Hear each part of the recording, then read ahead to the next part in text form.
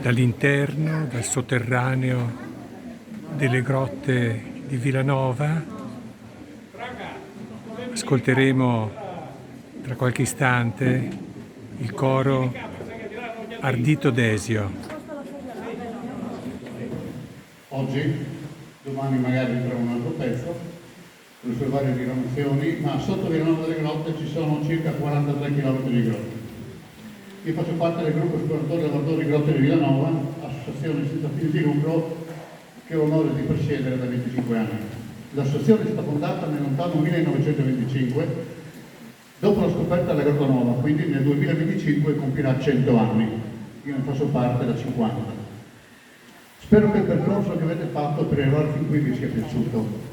È il frutto di tanti anni di impegno con tanta passione del gruppo esploratori e lavoratori Grotte di Vilanova, con l'indispensabile aiuto del Comune di Usevra e della Regione Friuli Venezia Giulia, che oggi qui è rappresentata dal consigliere Edi Morandini.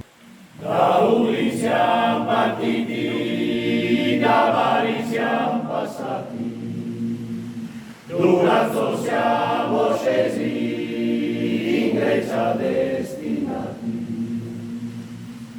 Ci tocca di partire, partire con la tristezza in cuore, lasciando l'amorosa, con gli altri a far l'amore.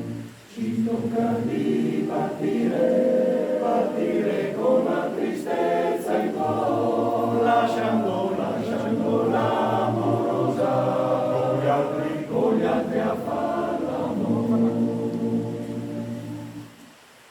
La Grecia è terminata, a Udin siamo tornati, che giusto per la Russia noi siamo destinati.